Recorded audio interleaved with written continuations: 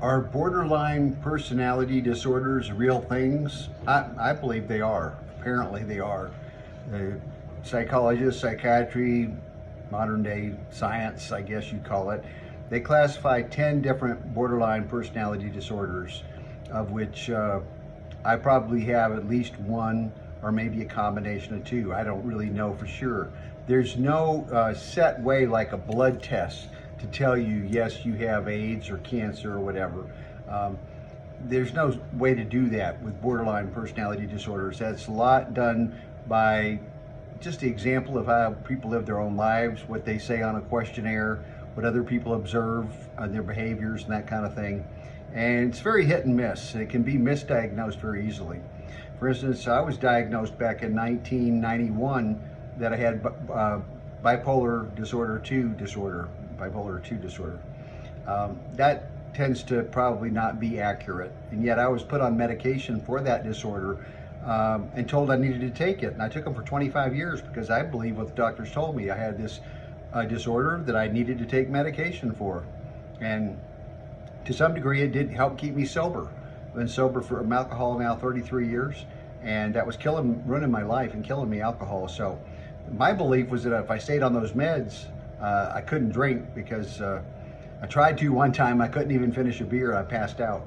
So the medications made it literally impossible, kind of like Antabuse or something, where I could not. I got sick and passed out from alcohol. But basically, I got off those psychiatric drugs 6 years ago now, starting 6 years ago. I started getting off them. It took me until August of 2016 to finally wean off all of them. 6 months it took to wean off the drugs. I couldn't go off them any faster. Do you understand? I went off cocaine almost cold turkey, alcohol cold turkey, pot cold turkey, cigarettes took me a little longer, but I did get off them, and caffeine cold turkey. Well, I take that back. I weaned on caffeine down my dosage and then stopped one day. So different drugs that require weaning off generally if you don't want to really shock your body.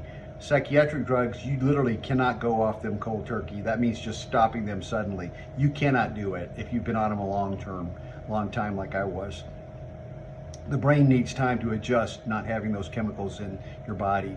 They're very, very potent, and they're very addictive in the sense that you have to have them every day or you cannot function once you get used to taking them. And the ones I took at the last 13 years that I was on the drugs were Adderall, which is methamphetamine, purified form, pharmaceutical form, Ativan, which is a benzodiazepine, and it's linked to 50% increase in Alzheimer's for people that take it more than a few weeks. 6 to 8 weeks is the recommended maximum for benzodiazepines like Ativan, specifically Ativan. And yet my doctor told me it was harmless. For 13 years I was on it, and it definitely was harming me, causing blackouts, memory lapses, and that sort of thing.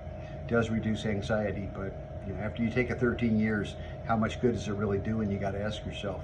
And then Zyprexa I took as an antipsychotic that's often given to people that they say have bipolar disorder.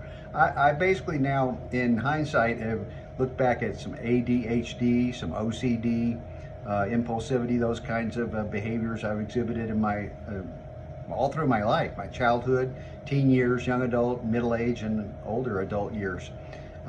Basically, my belief, and according to my therapist and things we've been exploring, I believe I more fit into the category probably of histrionic personality disorder. I exemplify a lot of those kind of behaviors than the others. The narcissistic personality disorder does not really apply to me. There's 3 or 4 major categories in narcissistic personality disorder that just don't apply to me at all. And these are some of the big ones in there, especially the feelings of superiority over other people, this grandiosity that you got to be out there and getting praise all the time for all the things you do, manipulating people, certain amount of deception, these kinds of things, trickery, and just a lot of aspects that had a friend recently accusing me over and over pointedly in his messages to me back and forth that we would send, that you're narcissistic, you're narcissistic, you're a narcissist.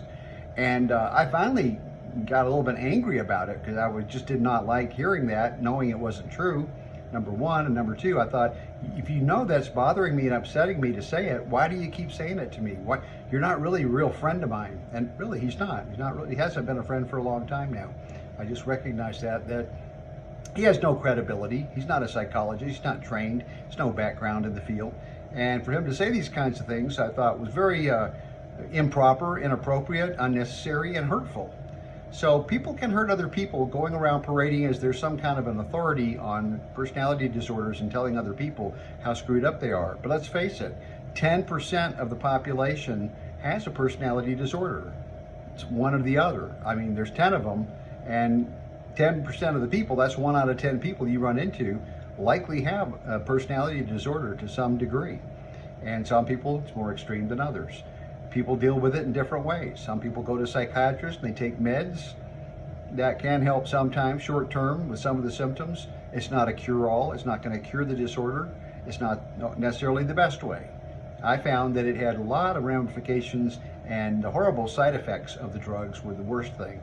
They have tremendous number of side effects that can really screw your life up, and just really, it took me 25 years of dealing with all those side effects to one day realize maybe I'd be better off not taking these. And so when I weaned off mine, again, it took 6 months, 1 month to wean off the Zyprexa, 1 month to wean off the Ativan, and 4 months it took to wean off Adderall. That's how potent 2 10 milligram doses of Adderall every day. For the Adderall, I was only on for 8.5 years. The other 2 I took for the last 13 years. The Adderall came along at a point where I was just being knocked out all the time by these drugs they were giving me, and couldn't stay awake at work. And I said, I need something to kind of get me stimulated, to get my mind focused. I have no focus. And so the doctor one day said, well, what about Adderall? You want to try it? And I said, well, sure, if it'll help. And it's speed, and I'd always liked speed when I took it, as a recreational drug back in my 20s, just here and there. I was never a speed freak, speed addict. I never did crystal meth, never smoked it, snorted it, anything like that. But I took some amphetamine pills a few times over the years, and I really enjoyed them, really liked how they made me feel. Of course, who doesn't? When you first take speed, it's like you can think more clearly, you can do a lot more things, you have more focus, more concentration, you just feel powerful, you don't have to sleep. So basically, I got off all those drugs almost 6 years ago now, started getting off them. I've recently gotten off caffeine, which is also a very potent drug, more than most people realize. And it's not a very healthy drug to use in the body with regularity after age 50 in particular. It can cause actually extensive brain damage, not going to make you go into a coma or anything like that, but it can eat away at your brain, erode your brain in certain ways.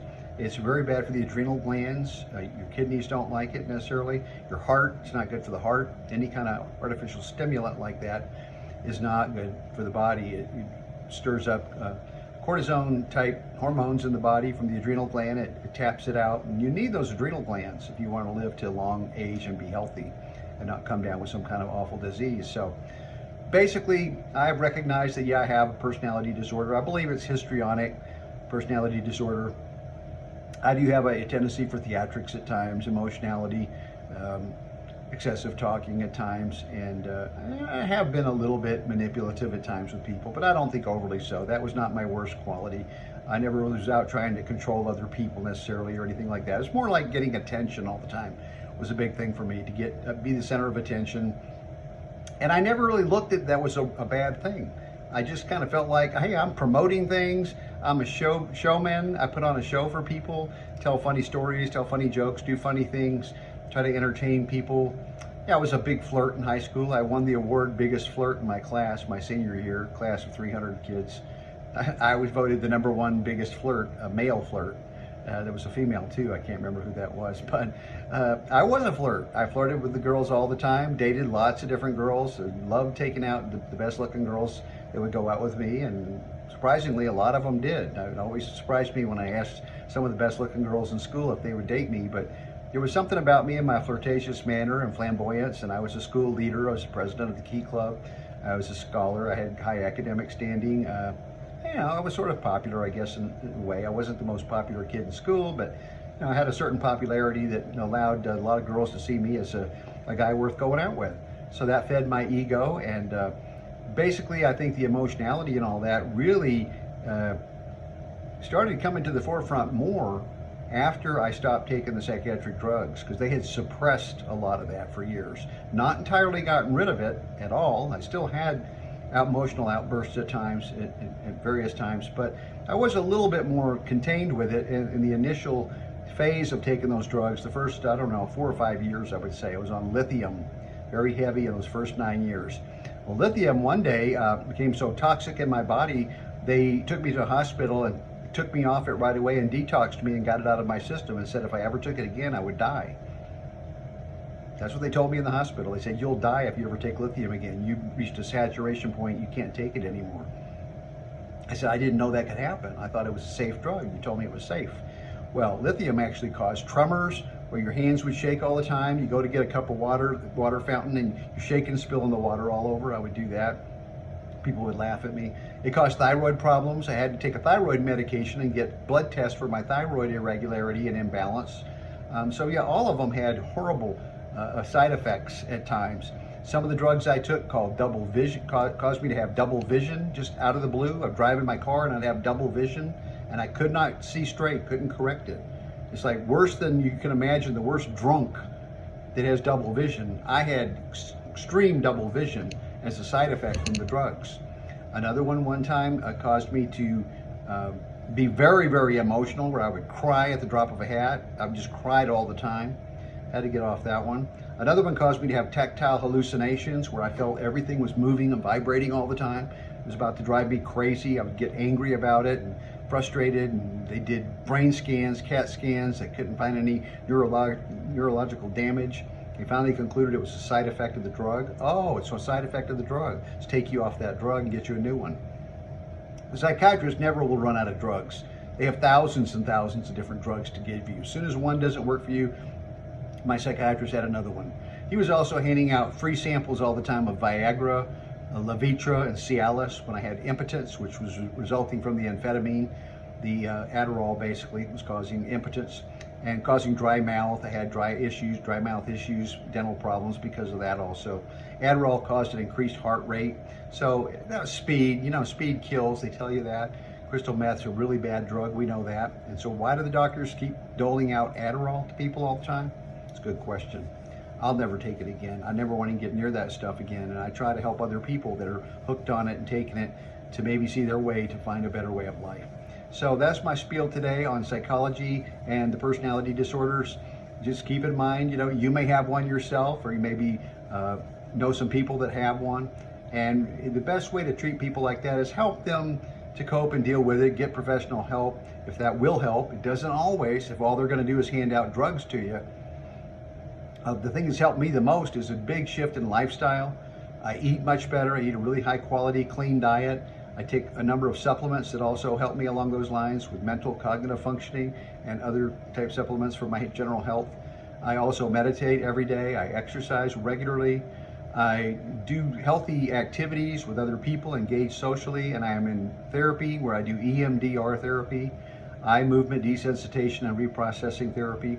Very, very powerful therapy for reprogramming your mind and some of these old tapes and patterns that we developed early in our life.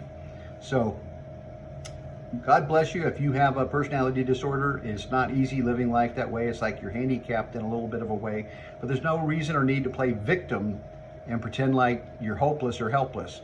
There's definitely things that can be done to help you, and I'd recommend you seek the more healthy, holistic ones if you're already on drugs, and look at the possibility of maybe cutting your drug intake dosage, or maybe getting off them if you can, if it's possible, and going a more holistic, natural way. There are certainly ways to do that I think in the long run would be of greater benefit.